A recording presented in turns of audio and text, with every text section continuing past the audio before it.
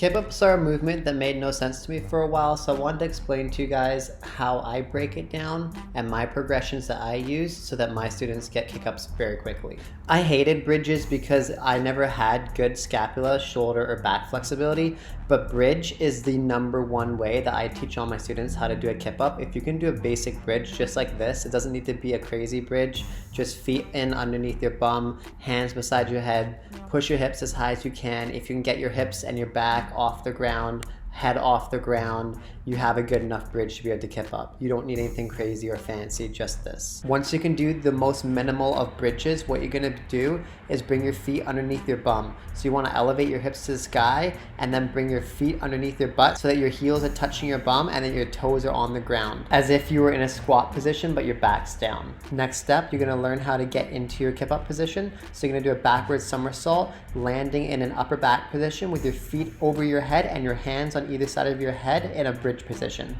Now repeat the previous step, but this time you're gonna kick your feet directly underneath your bum. While you're kicking, elevate your hips slightly to the sky. Repeat the previous step, but this time push down with your arms, lifting your chest and mid back and head off the ground into a baby bridge position. Can you see the theme yet? Okay, what you're gonna do this time is just push down harder, try to lift your hips and your chest and your head higher off the ground. That's it. Now you're gonna do the exact same thing, except rather than holding that baby bridge position, I want you to push yourself once you land in that bridge position as far over your feet as you can, okay?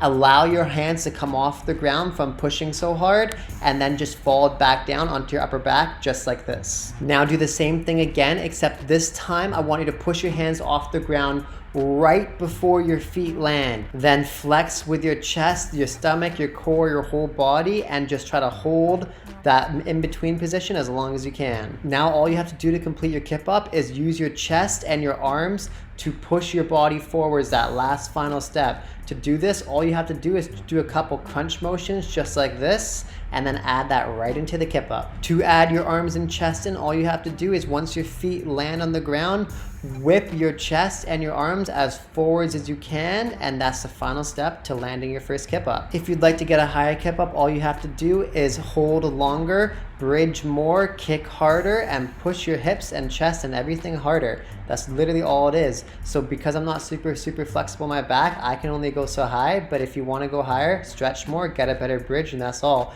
Okay, hope you guys like this video. Peace. Love is love. Love is love.